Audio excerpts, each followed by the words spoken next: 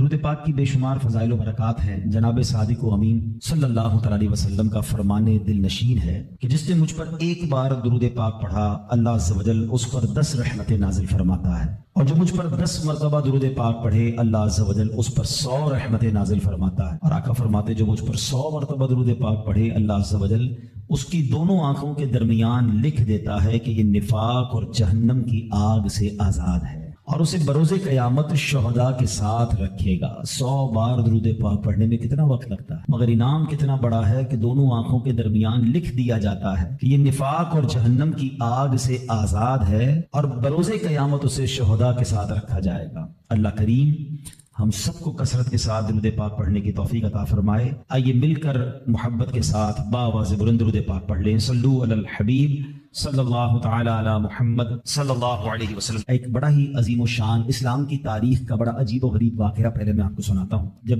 ابتدائی اسلام تھا، خلفائے راشدین کا دور ہے، حضرت عمر بن عاص رضی اللہ تعالیٰ عنہ نے جب مصر فتح ہوا تو ایک روز اہل مصر نے حضرت عمر بن عاص رضی اللہ تعالیٰ سے عرض کی کہ حضور ہمارے یہاں دریائے نیل ہے، اور ایک ہماری بہت پرانی رسم ہے کہ جب تک اس کو ادا نہ کیا جائے تو دریا جاری نہیں رہتا ہے، دریا سوکھ جاتا ہے۔ انہوں نے کہا کہ کون سی رسم ہے؟ تو کہا کہ ہر سال ایک کماری لڑکی کو اس کے والدین سے لے کر بڑا عمدہ لباس اسے ہم پہناتے ہیں، بڑا تیار کرتے ہیں، زیورات پہناتے ہیں، اور پھر اس کو دریائے نیل میں ڈال دیتے ہیں، یعنی اس کو پانی میں ڈبو دیتے ہیں۔ حضرت عمر بن عاص نے کہا کہ یہ کیسی رسم ہے، اسلام میں تو ایسا ہرگز نہیں ہو سکتا، کیونکہ اب اسلام آ چکا تھا اور مصر فتح ہو چکا تھا، مسلمانوں کے اب وہاں احکامات جاری تھے۔ تو آپ نے فرمایا کہ یہ اسلام تو پرانی اور واہیات رسموں کو مٹاتا ہے، جو پرانی واہیات رسمیں۔ تو لوگوں نے کہا کہ اگر آپ نے ایسا کیا تو دریا کی روانی کم ہو جائے گی۔ آپ نے کہا نہیں ہو سکتا۔ اب ایسا ہی ہوا کہ دریا کی روانی کم ہوتی گئی۔ اب لوگوں نے سوچا کہ اب پانی کم ہو جائے گا تو زندگی مشکل ہو جائے گی، تو ان لوگوں نے وہاں سے کوچ کرنے کا ارادہ شروع کیا۔ حضرت عمر بن عاص نے